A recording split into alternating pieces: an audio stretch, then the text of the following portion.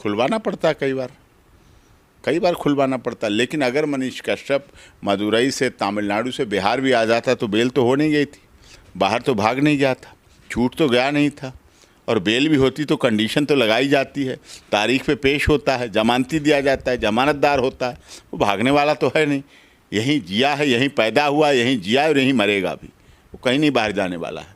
आपको लगता है वो बाहर भाग जाएगा, कहाँ चला जाएगा? वो कहीं नहीं जाएगा। उसे यहीं की मिट्टी से प्यार है और यहीं की मिट्टी के प्यार की सज़ा, यहीं के हिंदी भाषा के प्यार की सज़ा, यहीं के हिंदी भाषी और मजदूरों के प्यार की सज़ा वो जेल में रह के भुगत रहा है। मनीष कश्यप प्रकरण को लेकर के क्या कुछ आगे अब होगा, उन तमाम चीज़ों को लेकर के हम डॉक्टर AP सिंह से बातचीत करेंगे।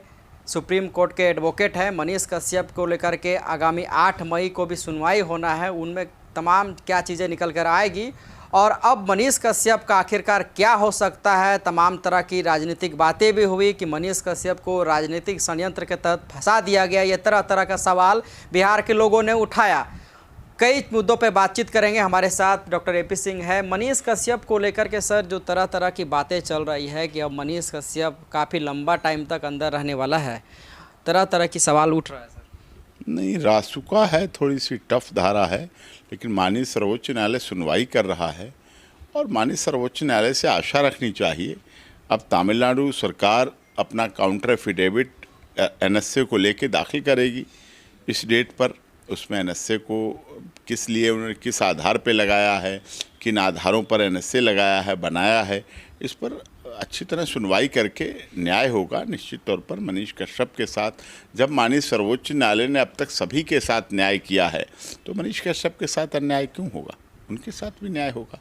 हाँ, राजनीतिक प्रकरण है, राजनीतिक लोगों पर ही NSA, रासुका, देशद्रोह जैसी धाराएं लगाई जाती हैं। सरकारें ऐसा करती रही हैं, जिसकी सरकार आती है, बात एक सरकार नहीं है, जिसकी जो पावर में आता है, सत्ता में आता है, उसकी सरकार में ऐसा हो जाता है, अक्सर ऐसा होता है। और समय पर सत्ता का यही खनक है, सत्ता की यही तो खनक है, सत्ता यही कहलाती है कि ऐसा होता है। तो ऐसा मनीष कश्यप के साथ हुआ। मनीष कश्यप युवा है, पत्रकार है, यूट्यूबर है या पत्रकार है, उसमें मैं कोई फ़र्क नहीं मानता।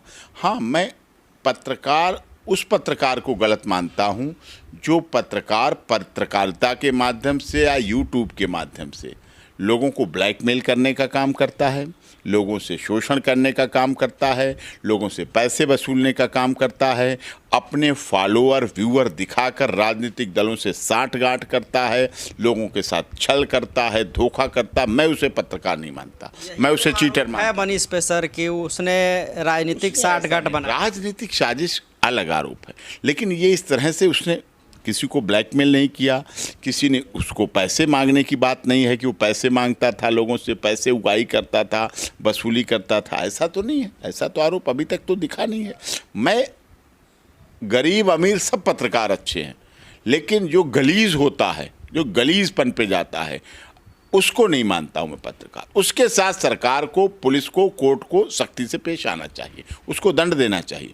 पत्रकार का मतलब है लोगों की आवाज़ को सही सही पहुँचाना सरकार तक। सरकार का विरोध करे, लेकिन सही सही बात का।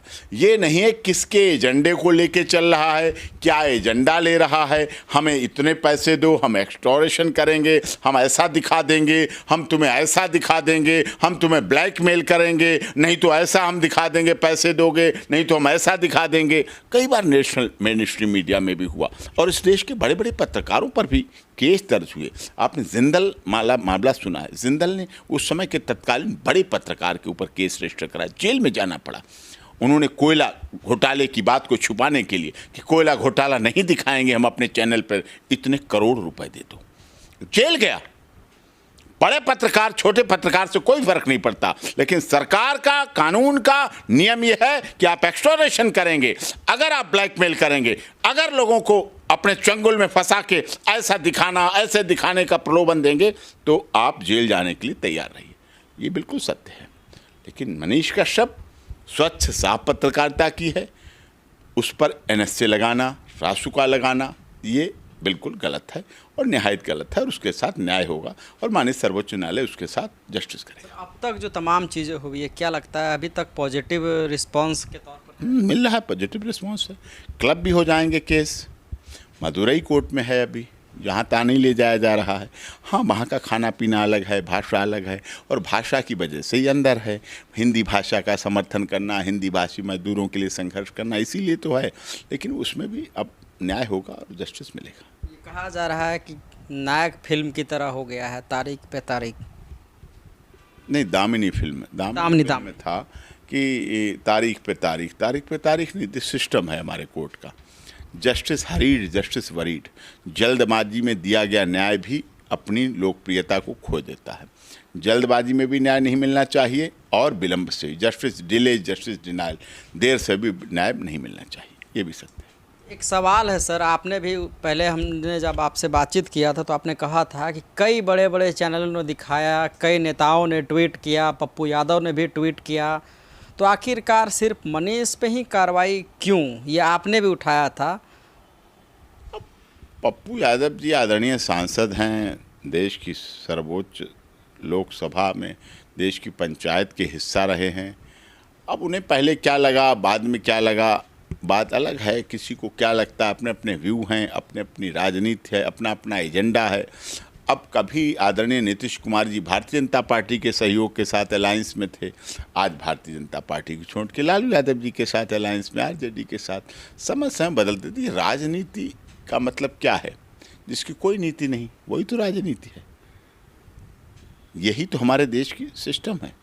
और देखिए, ये राजनीति समय समय पर किससे कब कहाँ गठबंधन हो जाए, किससे किसकी साठगांठ हो जाए, कौन किसके पाले में चला जाए। आपने महाराष्ट्र में नहीं देखा क्या क्या हो जाता है? बिहार में आपने देखा क्या क्या हो जाता है? कहीं भी कुछ हो सकता है। टिकट वितरण से लोग नाराज़ हो जाते हैं। अपनी राजनीतिक आकांक्षाओं, उपेक्षाओं, इच्छाओं की पूर्ति नहीं हो पाती, तब लोग नाराज़ हो जाते हैं। छोटे से निगम पार्षद के टिकट में लोग नाराज़ होकर बगावत करके खड़े हो जाते हैं। अब वो सिद्धांत वाली राजनीति तो कम रह गई ना, जो सिद्धांत के साथ चलती थी। अब तो उसका पतन हो रहा है। मनीष कश्यप प्रकरण में राजनीति हो रही है। मुझे नहीं पता क्या हो रहा है, लेकिन दिख रहा है कि मनीष कश्यप को राजनीतिक प्रकरण के तहत फंसाया गया है। क्या नीतीश कुमार को इस पूरे मामले में इंटरफेयर करने की आवश्यकता है? तो इंटरफेयर कर रहे हैं। उन्होंने तो ट्वीट किया, उन्होंने कहा जांच करवाई कि बिहारी मजदूरों के साथ जो भी हो रहा है। अपने डीजीपी को आदेश किया कि जांच करे और बिल्कुल सही उनकी सुरक्षा करे। वो तो मुख्यमंत्री के नाते यही कहेंगे और यही हर व्यक्ति कहेगा। तो तेजस्वी यादव जी को भी कार्रवाई करनी चाहिए, अगर जो कोई उनके बिहारी मजदूरों के साथ ऐसा कार्य कर रहा है।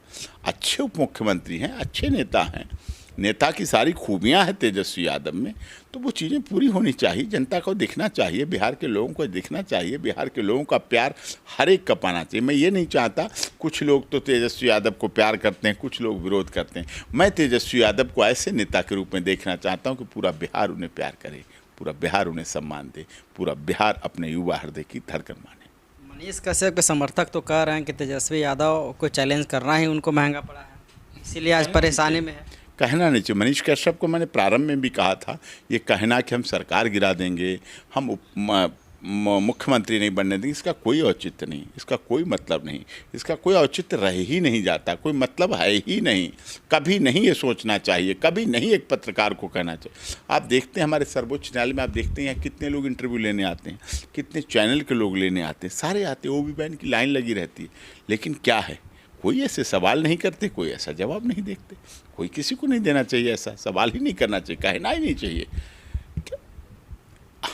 हमारा काम है, किसी भी पत्रकार के साथ अगर गलत होता है तो हम उसका साथ देंगे। सर, NSA हटाने का जो प्रक्रिया होता है वो आखिरकार किस तरह से होता है? जब किसी पे NSA लगता है, अगर गलत तरीके से ये बाद में प्रूफ हो जाए कि लगाया गया हो, जैसे कि सीधे तौर पर सुप्रीम कोर्ट ने यह कहा था सरकारों से कि आपने NSA क्यों लगाया, वाई NSA, आखिर क्या जरूरत पड़ी NSA का, तो जवाब मांगा है।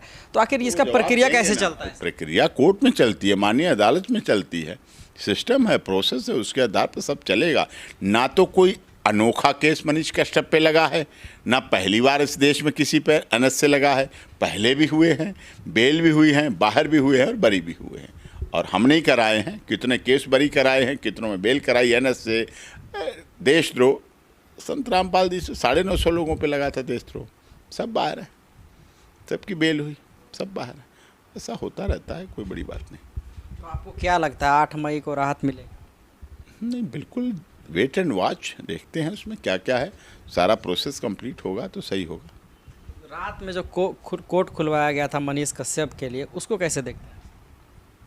खुलवाना पड़ता है कई बार खुलवाना पड़ता है, लेकिन अगर मनीष कश्यप मदुरई से, तमिलनाडु से बिहार भी आ जाता तो बेल तो हो नहीं गई थी। बाहर तो भाग नहीं गया था, छूट तो गया नहीं था। और बेल भी होती तो कंडीशन तो लगाई जाती है, तारीख पे पेश होता है, जमानती दिया जाता है, जमानतदार होता है। वो भागने वाला तो है नहीं, यहीं जिया है, यहीं पैदा हुआ, यहीं जिया और यहीं मरेगा भी। वो कहीं नहीं बाहर जाने वाला है। आपको लगता है वो बाहर भाग जाएगा, कहाँ चला जाएगा? वो कहीं नहीं जाएगा। उसे यहीं की मिट्टी से प्यार है, और यहीं की मिट्टी के प्यार की सज़ा, यहीं के हिंदी भाषा के प्यार की सज़ा, यहीं के हिंदी भाषी और मजदूरों के प्यार की सज़ा वो जेल में रह के भुगत रहा है। मतलब आपको लगता है कि कहीं ना कहीं वो गलती किया है? गलती बोल के गलत किया बोलना नहीं चाहिए, मर्यादा के साथ बोलना चाहिए। आप प्रदेश के उप मुख्यमंत्री के लिए ऐसा क्यों बोल रहे हैं? ऐसा क्यों बोल रहे हैं? क्यों बोल रहे हैं? क्या ज़रूरत है बोलने की? कोई मतलब नहीं बनता। बोल माननीय है, जिसके आगे माननीय लग रहा हो उसको ऐसे बोलने की ज़रूरत नहीं बोलना चाहिए। क्या लगता है मनीष कश्यप को लेकर के कहीं ना कहीं 8 मई का कुछ सुनवाई होने में पॉजिटिव चीज़ें हैं? पॉजिटिव आएगी, पॉजिटिव चीज़ आएगी।